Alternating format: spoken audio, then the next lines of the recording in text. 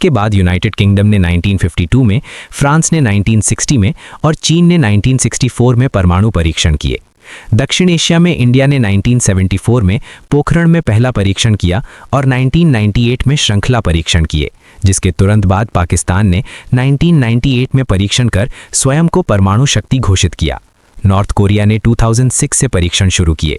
Israel को व्यापक रूप से परमाणु क्षमता वाला माना जाता है, हालांकि उसने आधिकारिक पुष्टि नहीं की है।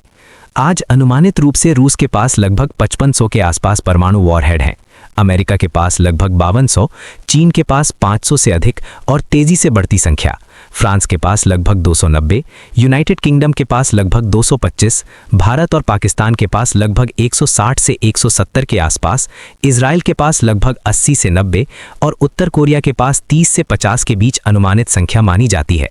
इन संख्याओं में तैनात और भंडारित दोनों प्रकार के हथियार शामिल होते हैं और समय के साथ बदलते रहते हैं।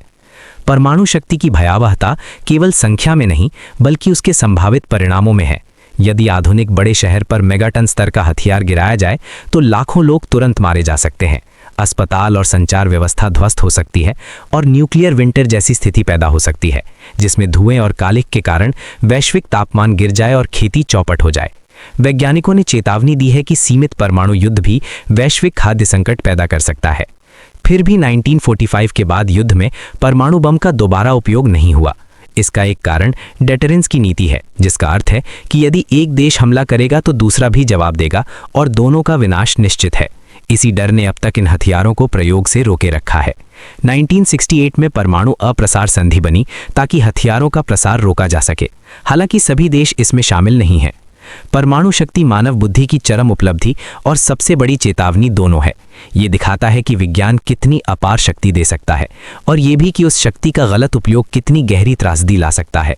हिरोशिमा और नागासाकी आज फिर बस चुके हैं, लेकिन हर साल वहां स्मृति दिवस मनाया जाता है ताकि दुनिया याद रखे कि कुछ सेकंड का निर्णय पीढ़ियों तक असर डाल सकता है। यही प्रश्न आज भी मानवता के सामने खड़ा है कि क्या हम इस शक्ति को केवल डर के संतुलन तक सीमित रख पाएंगे या कभी फिर इतिहास वही दर्द दोहराएगा।